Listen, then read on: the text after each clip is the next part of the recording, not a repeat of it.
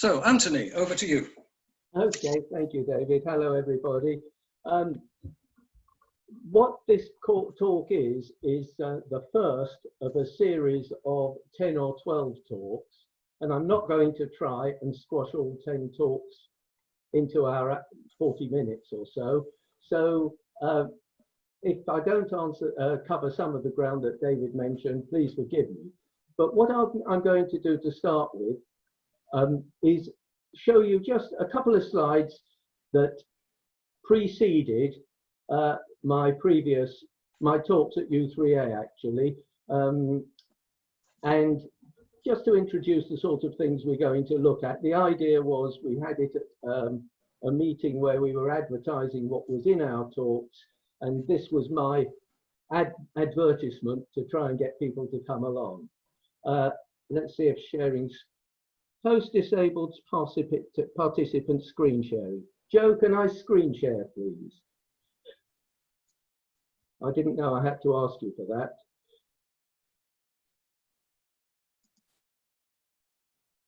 I can't hear you if you're speaking. No, it still doesn't work. Hang on. If I make a share screen at the bottom, and if you click on that, you should be able to allow one person to share their screen. Hang on. Where's my share screen? Oh, yep, got it. Oh, you've done it yourself, I think. No. No, that's sharing my screens. Well, in that case. Hang on.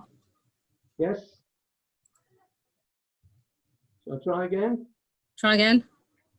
Oh, yes, there we go. That's the one I want. Hang on, did it? That's it. There we go. Yeah. Here we go. There it is. Well done. Right, there we are.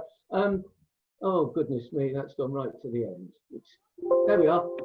When I gave these, I called it Money Matters, or perhaps Money Matters, and we covered money and banks as we've talked about. The credit crunch. This was in 2008 when we had the credit crunch and the banking crisis, and then I went on to all sorts of other things,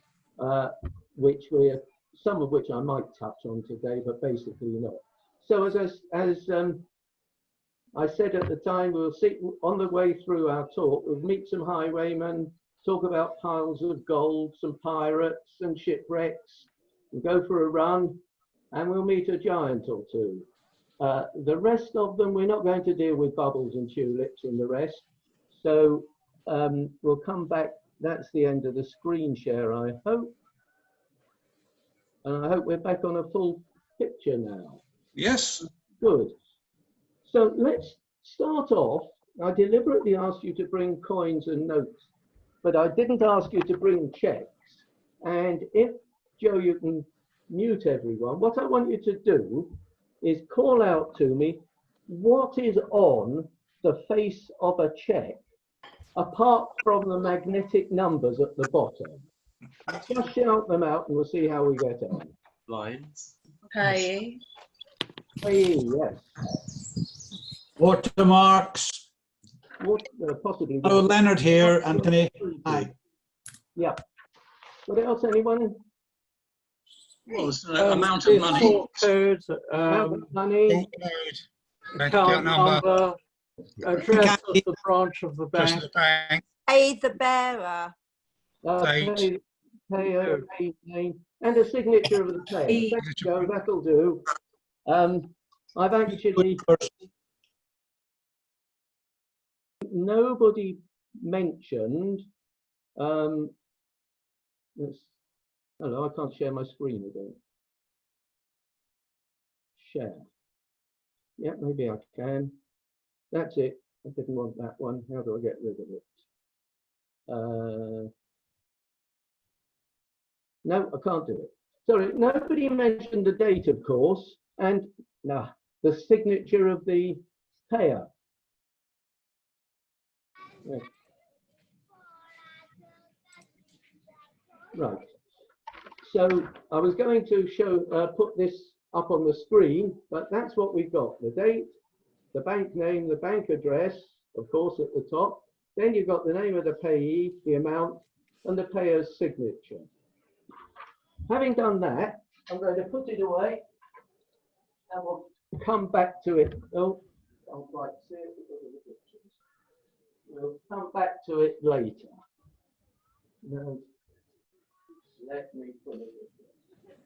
There we are. We'll come back to it later. Now, we'll start off with the highwayman. I'm Mr. Trader, and I'm in business, and I want to go to Bristol to go and buy some goods that have been imported. And what I've used to be doing is I'm used to going along by carriage or on my horse to Bristol, carrying my purse full of gold coins to go and buy stuff. And I know that people have been stopped by highwaymen, and it's a big risk. So I've had a brilliant idea. I go along to Lombard Street, which is where the banking industry started, in fact, and there's a goldsmith there. And I go in and say to Mr. Goldsmith, I've got a pile of gold coins here. Will you put them in your safe, please, and keep them for me? And then I ride off to Bristol to see Mr. Bristol importer. And I say to him, I'd like to buy whatever it is he's imported.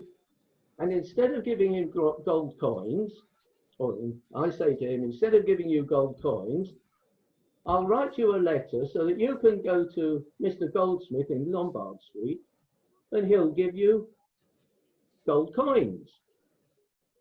So what I do is I sit down and I get a piece of paper and write on the top, to Mr. Goldsmith, Lombard Street, London, start my letter with the date, and I say, dear Mr. Goldsmith, please will you pay Mr. Importer in Bristol the sum of £100, and I sign the letter. And if you look over my shoulder, we've just invented the cheque. Those are all the things that you find on a cheque. Now, while this is happening, Mr. Goldsmith in London has got the gold coins there, and it's going to take a while before anyone comes and claims them. And when I go back to London, I tell the other traders what this wonderful idea was, and they all take gold coins to Mr. Goldsmith, and he ends up with piles of gold coins in his safe. But he notices that it takes a long time for anyone to ask for the money. And one of his friends, who makes clocks, comes to him and says, I've been asked to make a clock for the king. And I'm going to have to make it with gold, and it's going to be very expensive to make. And I haven't got the money to do it, but I'm going to get very rich if I make a clock for the king. And Mr. Goldsmith looks at or thinks about the piles of coins in his safe, and he says to the clockmaker, I'll tell you what, I'll lend you the money if you'll pay me some interest, and then you can make the clock and make the profit, so long as you repay it to me by whatever date. And so he takes some money from the piles of gold coins in his safe and lends it to the clockmaker. And we've invented the bank loan.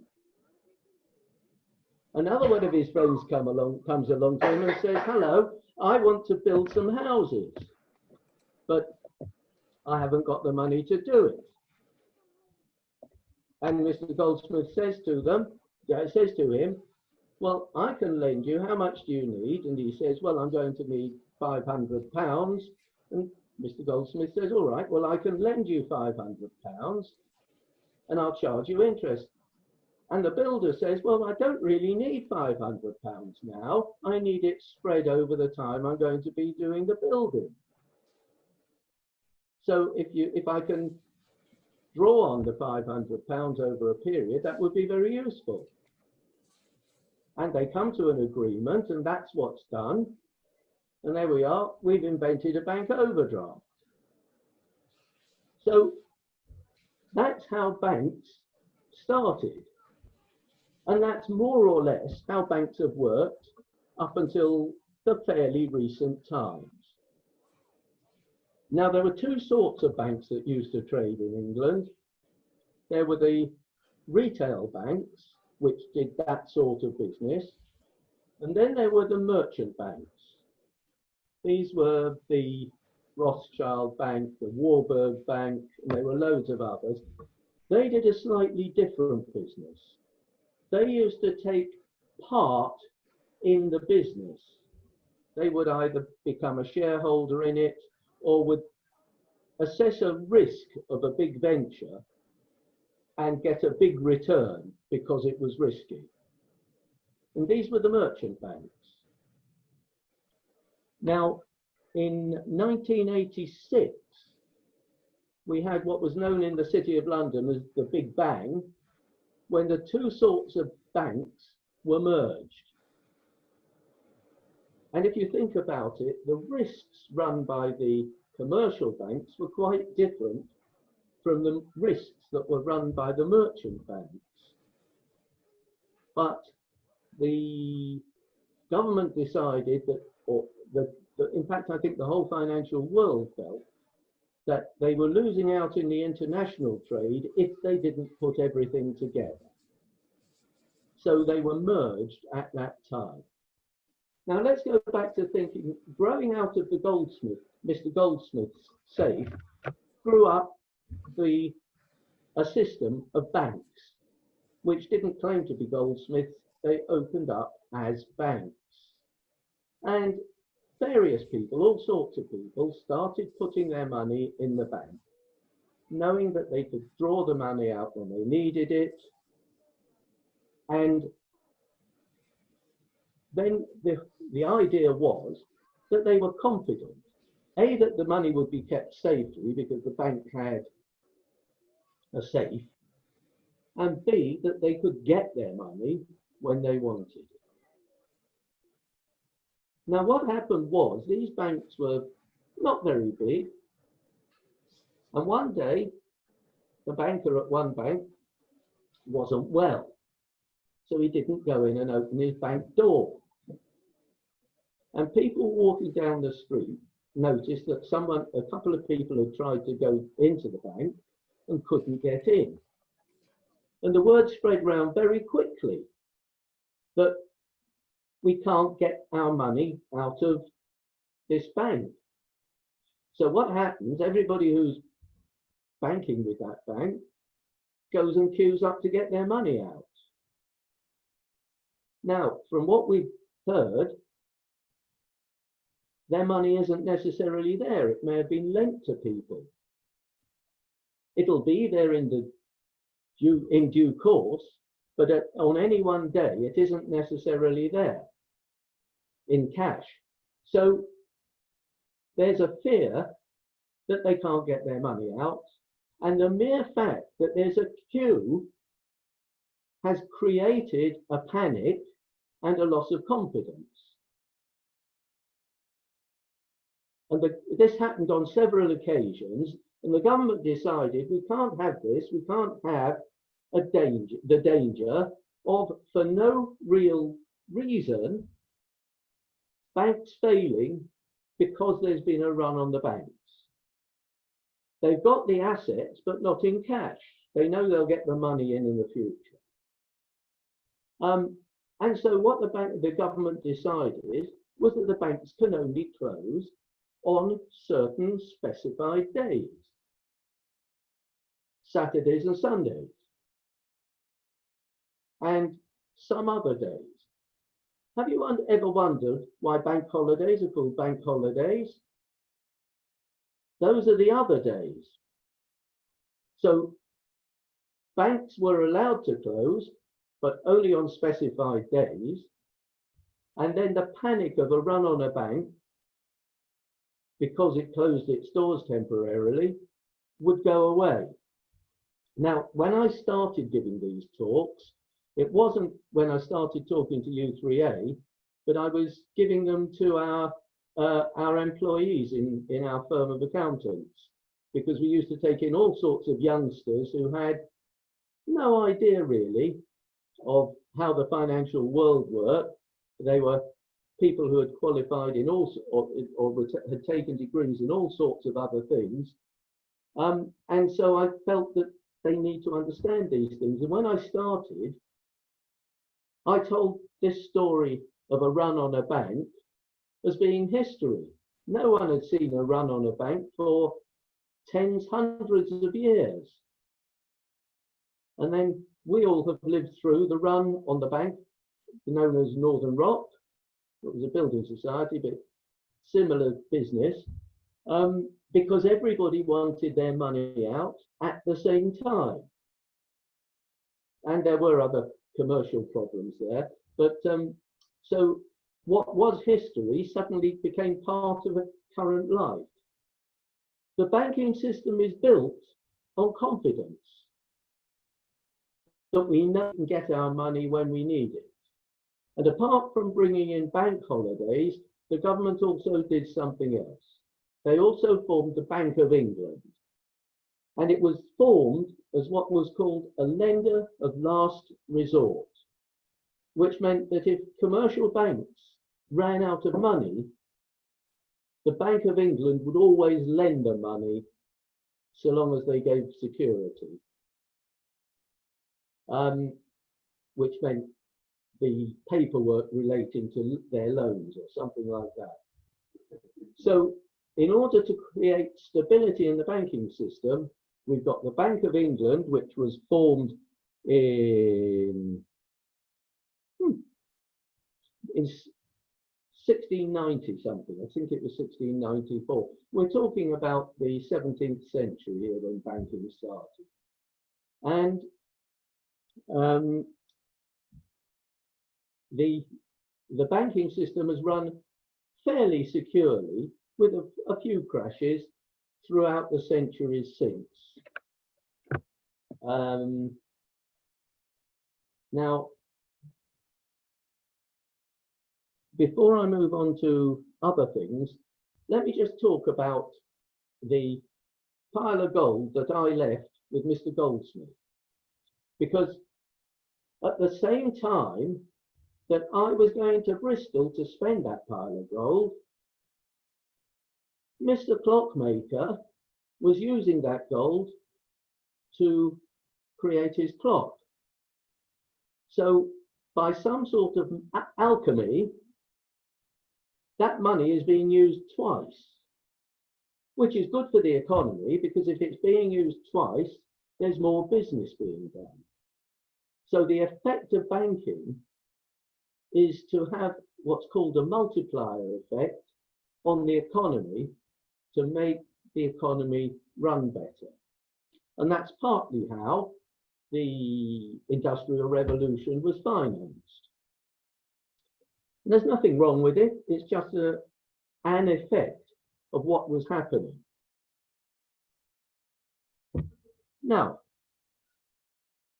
let's move on to talk about cash. Because I'm sure many of you have gone out and bought bits of silver for the house. And any silver that we buy in England is hallmarked, and it's known as sterling silver because it's 90 whatever it is % pure silver. That is the quality of silver that was used to make silver coins. Have you ever thought about the currency, what it's called? It's called the pound sterling. Coincidence? Sterling, a pound sterling and sterling silver.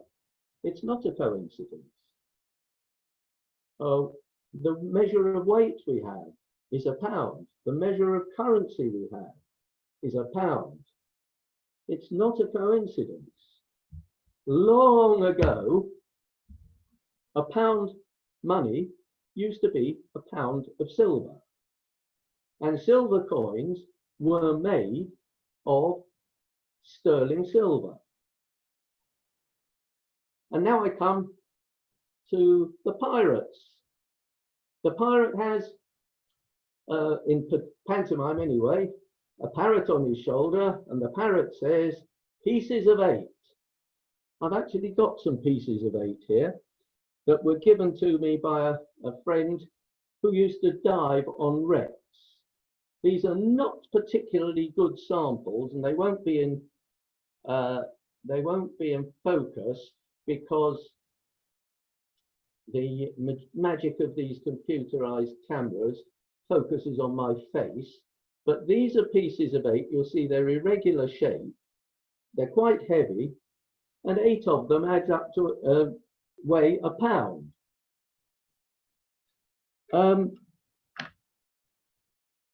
So there were smaller coins, but these big coins were like that. Did you notice the irregular shape? This is how they were to be the right weight. And it was quite possible, of course, to clip little bits off the edge of them. It wasn't legal, but it was quite easy to do.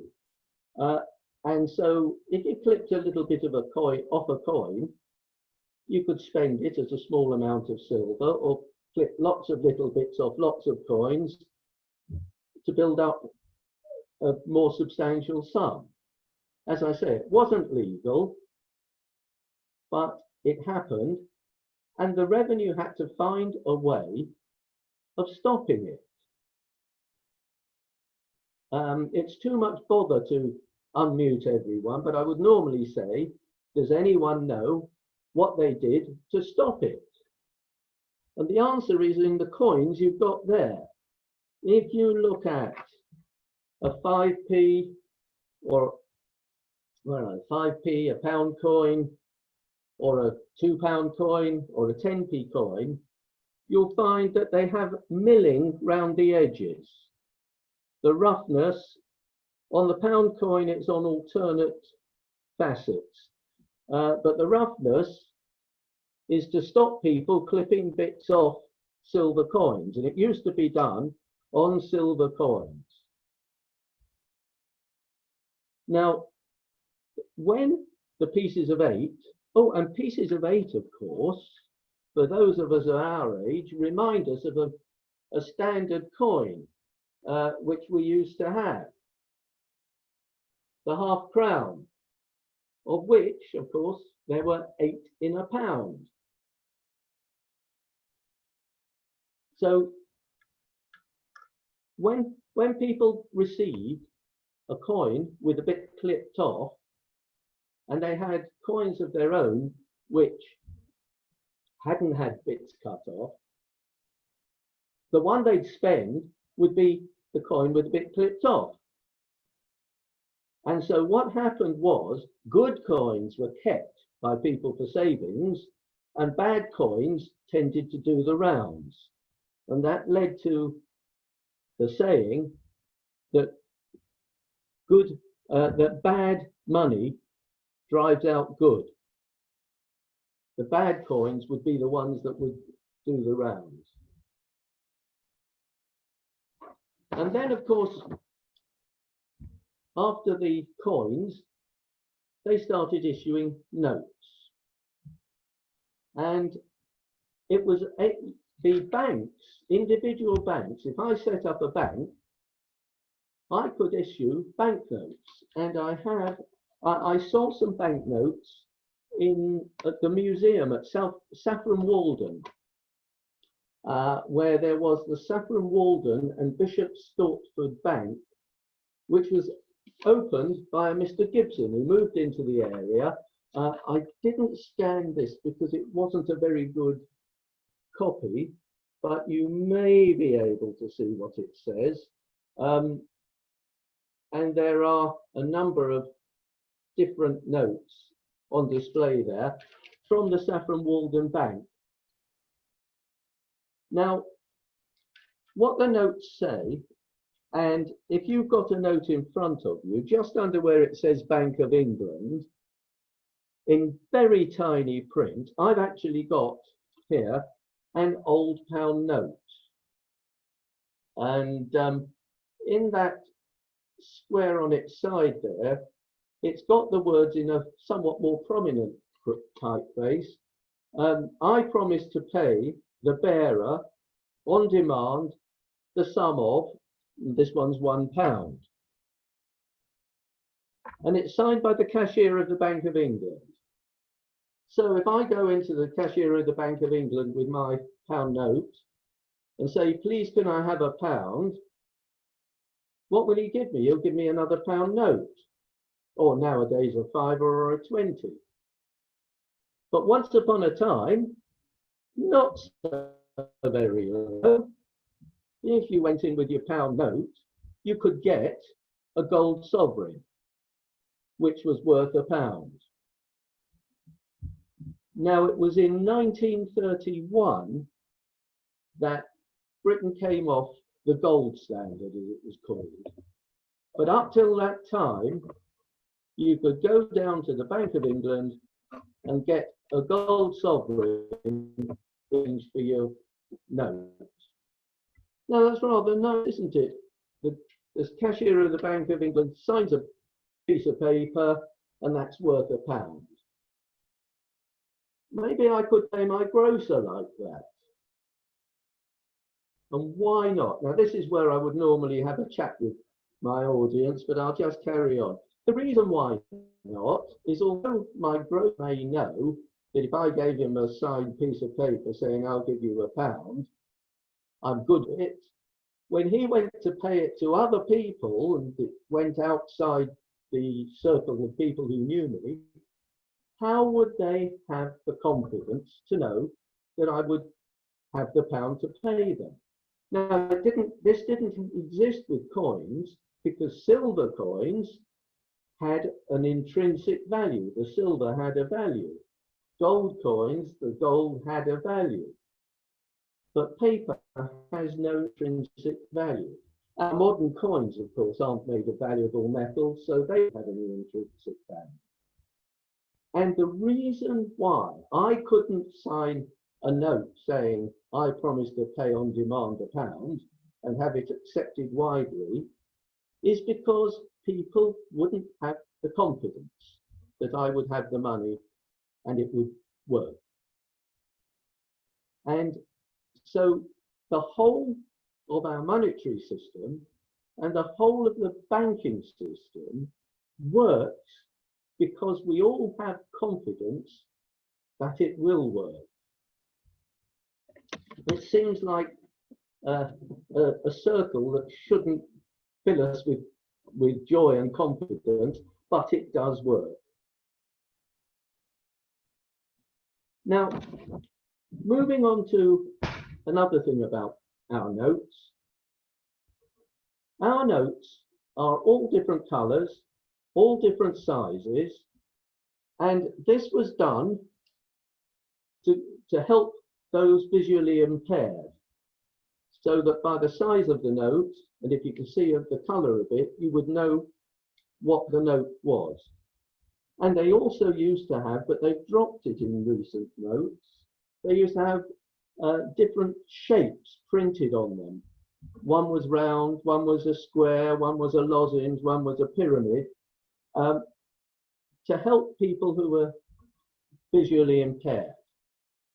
Now, lots of you will have been to America.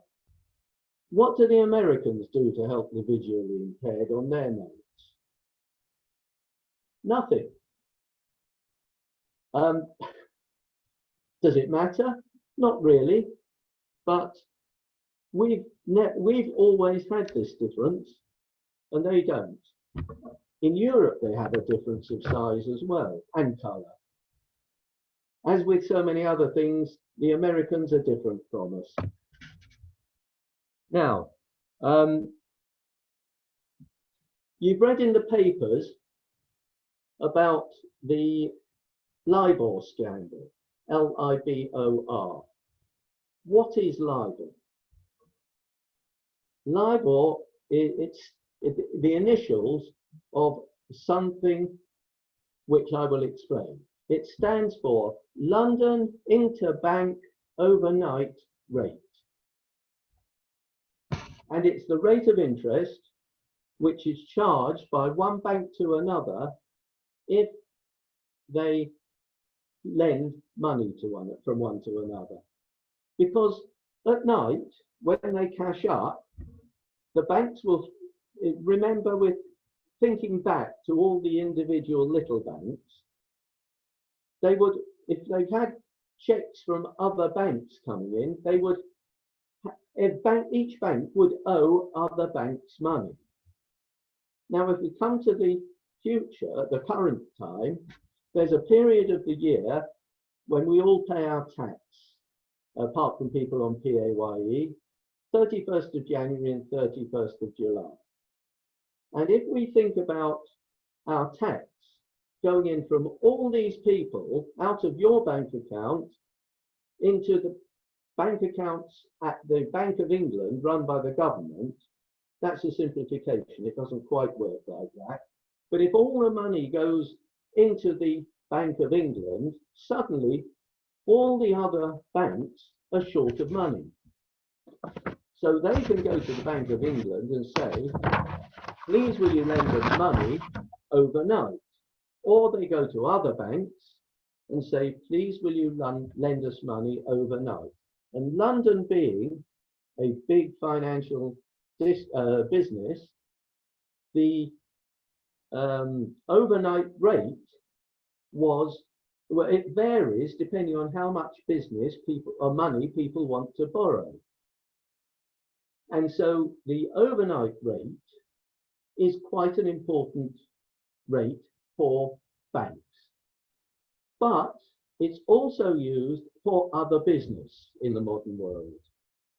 And organizations have agreements where they will pay interest on a loan, which is LIBOR plus 1, 2, 3%.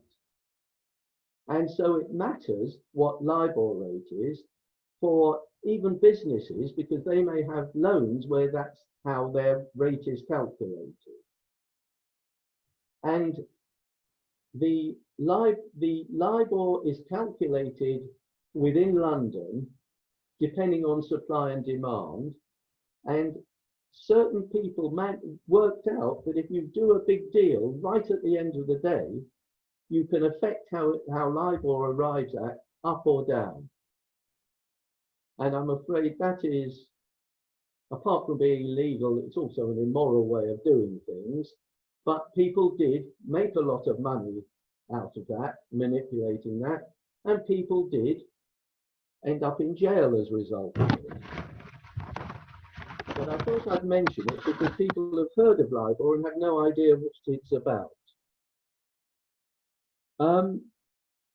People have also heard in recent years about quantitative easing. And perhaps you haven't understood what that is either.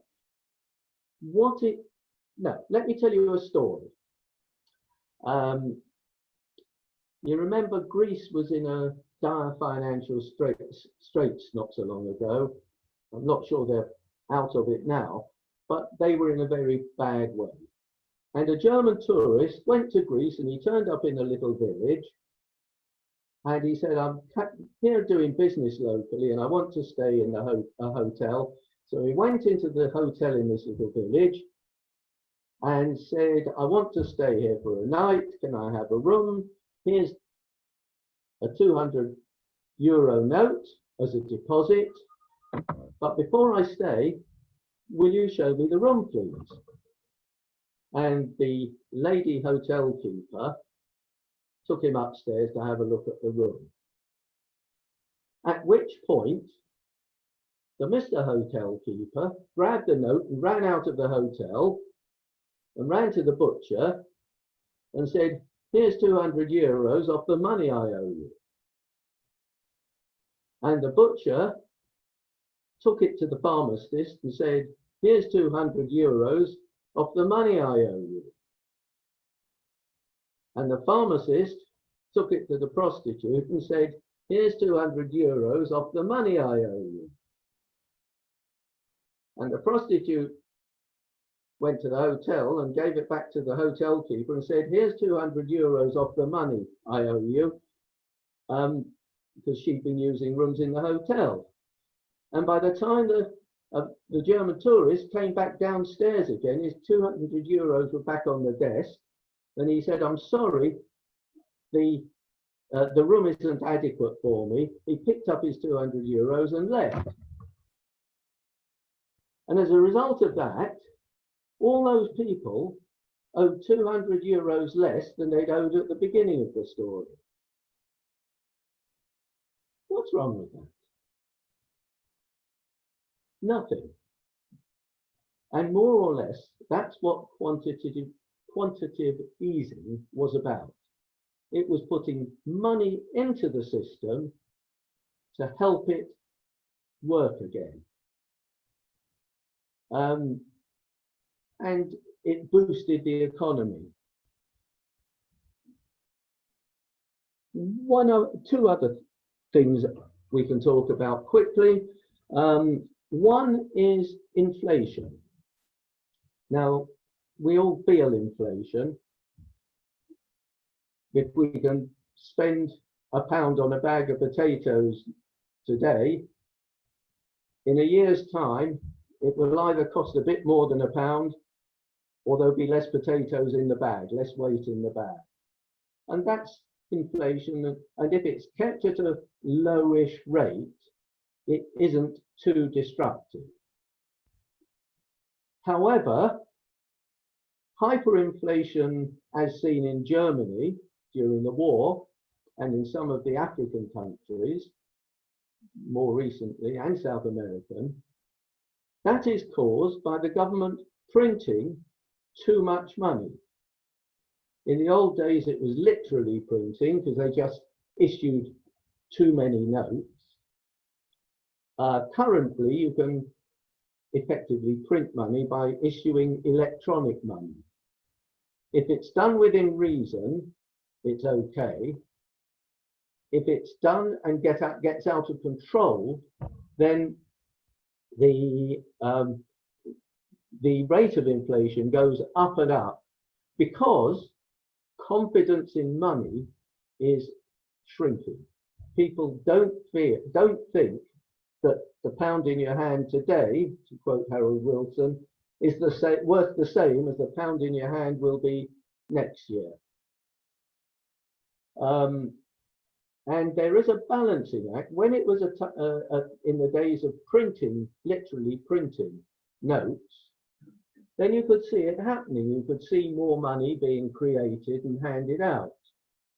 But in the days of electronic money and bank overdrafts, unlimited, and things like that, it is much more difficult to control. Borrowing money similarly.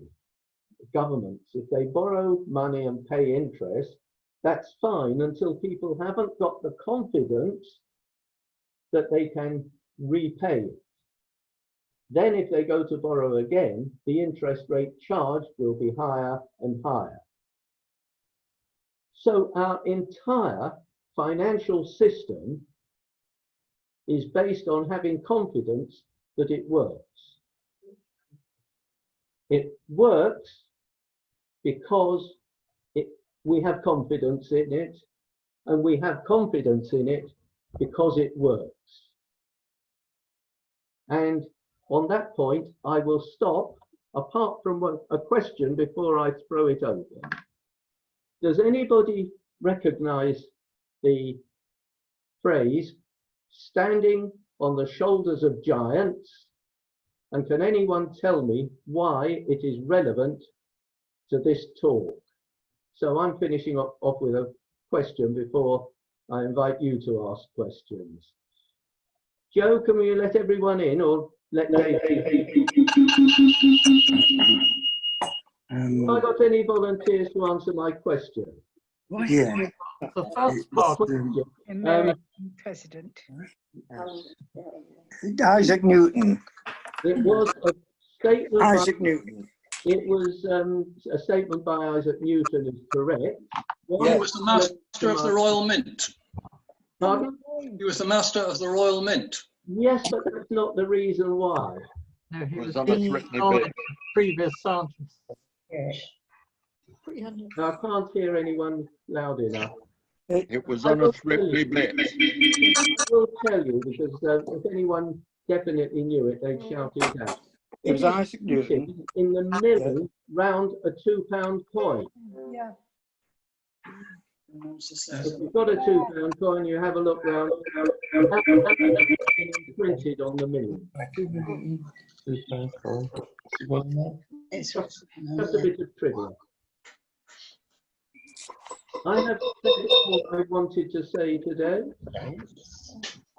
Oh, yeah. David, are you there? Right, yes. Joe, can you mute everybody with the possible exception of me and Anthony for the moment? yeah.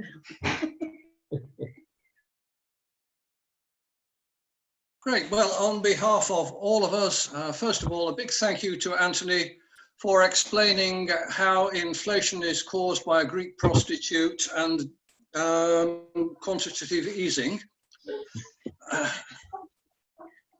I never did understand all that sort of financial material, but I am sure there are others now with some big questions about bankers' bonuses and what that has got to do with Greek prostitutes. I'm not sure, but I'm sure you'll tell us. I'll volunteer that one because you're so interested. It really is part of the next series of talks where I explain how companies work, what the duties of directors of companies are, and how, and therefore how bankers, it is the duty of a bank chief to pay people what they want. Roughly speaking, it goes like this. The purpose of a public company is to provide profit for its shareholders. That's why it is formed. The purpose of a chief executive officer or director or chairman of a public company is to run the business so as to maximize the income of the shareholders.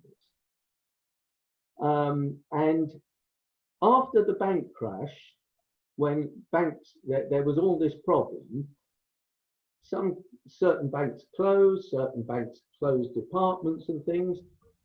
And let's just make a simple case for a man who was trading with a bank in America, an Englishman. He'd gone to a bank in America who's making huge profits for the bank and getting huge money, decides he wants to come back to England. He goes along to an English bank and says, look, here's my record.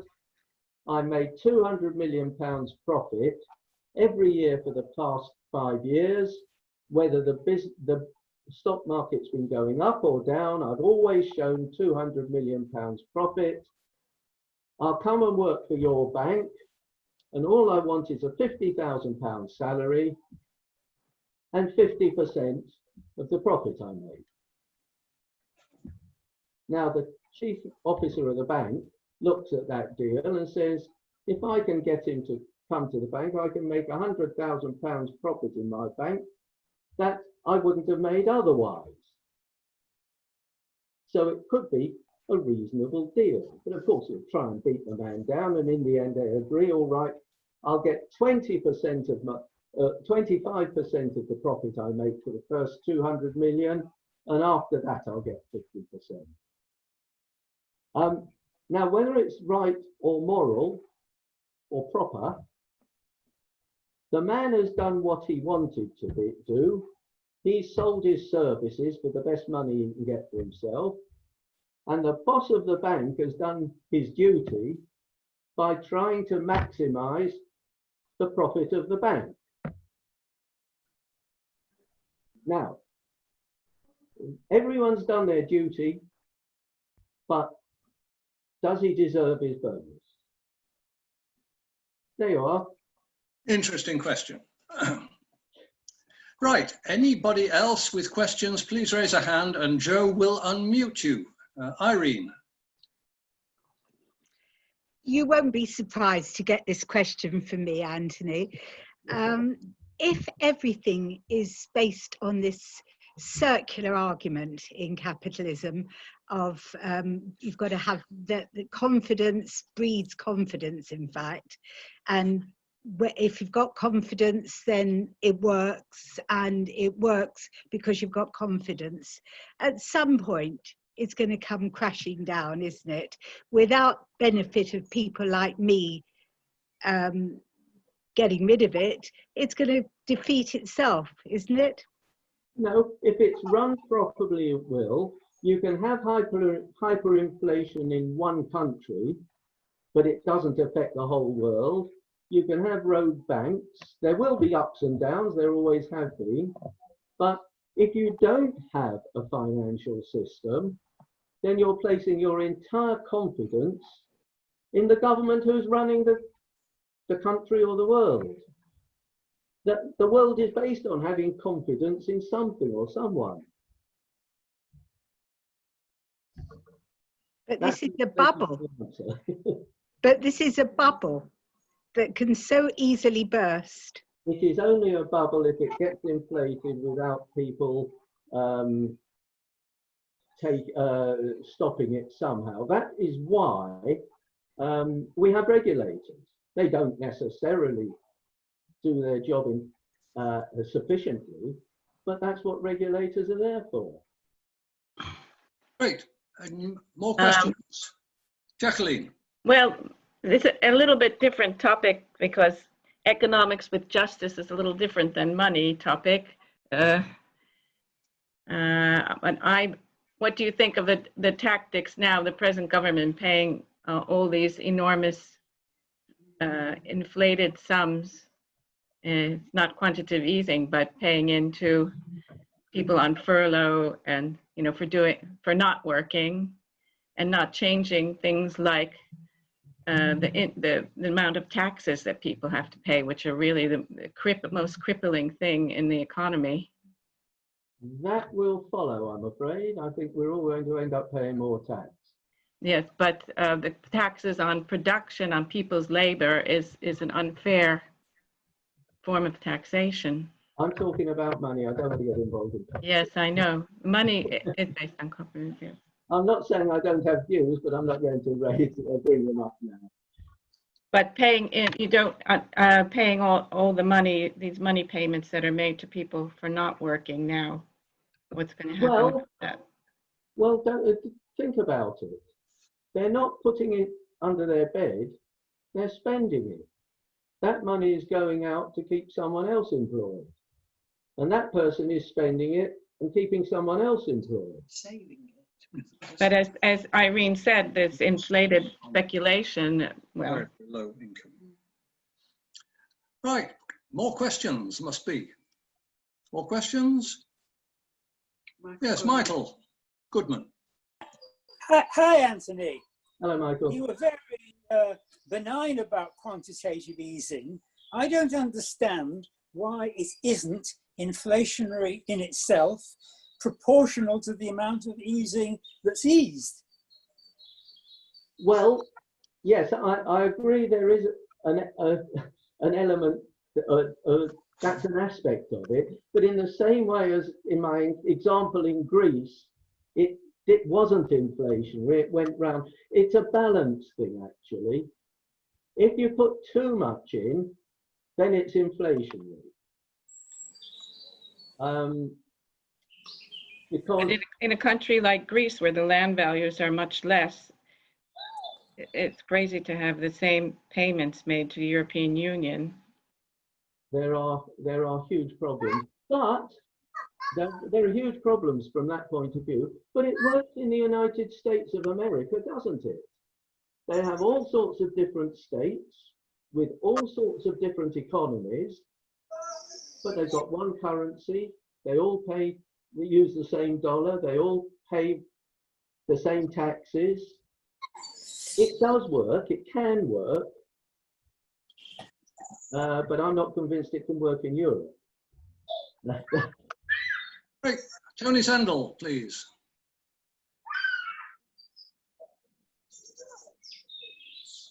Unmute. Sorry, I was unmuted.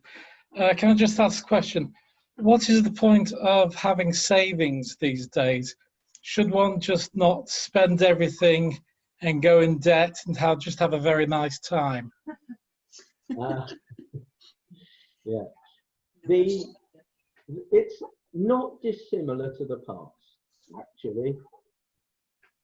If you can save and you can find an investment that will keep pace with inflation, it's worth saving. At the moment, saving in a monetary form, you don't get interest, which will give you a proper return. And after inflation, you'll be worse off at the end of the year. So I can understand the question very well. However, we all look to have some sort of security. If, for example, I've got a lovely house and I've got no cash, no savings, and if I'm working and my job ends, or if I'm retired and there's inflation and my pension isn't enough, it isn't easy to spend my house or even part of my house. It can be done, but it's involved moving, possibly selling and buying something smaller, or borrowing and selling a part of the equity, or borrowing against it. Having cash has a value. If you want to borrow and spend as much as you can, there is a chance you will live long enough that there will be a reckoning. More questions? More questions? Anybody else with a question? No. Oh, yes. Marcel. I'd just like to know, you haven't mentioned cryptocurrency. No, if we've got time, I'll mention that. Cryptocurrencies are a modern invention. It's like setting up a new currency, and that again works because of confidence. The confidence in that case is that it is so tied up in the World Wide Web with information on so many computers all around the world that it can't be hacked into. What it is each cryptocurrency is based on pure mathematics that can only be done by large computers. But each cryptocurrency, and there are quite a lot of them that have been created by individual people, each one works according to the laws of supply and demand, which is a part of the rest of my talk, or series of talks. Basically, if everyone wants to buy bitcoins, the value of bitcoins goes up. And if everyone wants to sell bitcoins, the value of bitcoins goes down, which is a bit like international currencies. If people around the world think that Britain is going to come very strongly out of the current situation, they will be buying sterling. And what will they use to buy sterling? They'll use dollars or yen or Saudi Arabian riyals. And the value of, or the price of sterling will go up against these other currencies. And that's exactly what happens with bitcoins, except that bitcoins aren't backed by the wealth of the country, whereas sterling or dollars or yen are backed effectively by the wealth of the country and the government of the country.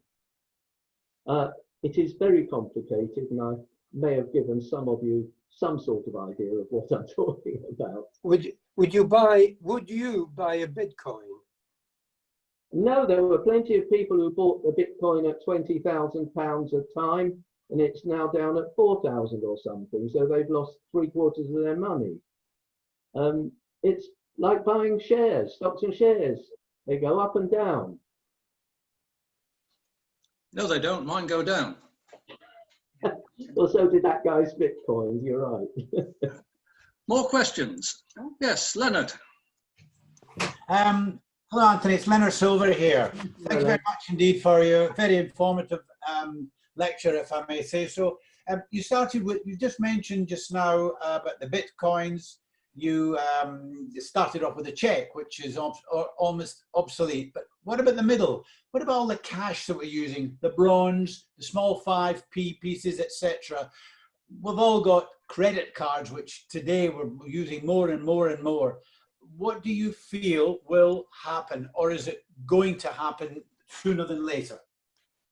That's interesting, because if I give this talk to a group of youngsters, I couldn't have done the first part of the talk. They wouldn't have known what appears on a check, would they? Things are changing. What's happening, I think, is that in the same way as when they put the merchant banks together with the retail banks, the bankers didn't understand the basis on which banking works. Because I didn't go into the detail, but for retail banks, we're talking the piles of gold now, to start with, the banks were feeling their way through it. And they had the security of knowing that they could take a little bit off everyone's pile of gold because they still had lots of gold there. Gradually, they worked out that you could do it more and more and more, but you had to have something that if you didn't have the gold today, you could get it tomorrow. So a loan that's repayable in a year isn't a piece of paper that you could get the bank money back tomorrow. And so there ended up being loan agreements where money would be payable tomorrow. That's like the interbank lending. I'll lend it to you overnight, and then tomorrow we'll do another reckoning, and I may not lend it to you tomorrow. And then there'll be stuff that will be payable back in perhaps 7 days, a month, and so on. And they worked out that when I studied, which was a long time ago, so long as they had about 8% in cash and then a range of other investments, they could run their bank. Now, people coming in from merchant banking and people who come into a modern bank have no idea, unless they learn it in their exams, that this is how banks started. And those rules, to some extent, still apply in all sorts of transactions. And as we move away from coins and notes and gold and silver to paper and to electronics, I think there will be less and less people who understand the theory of how it all works.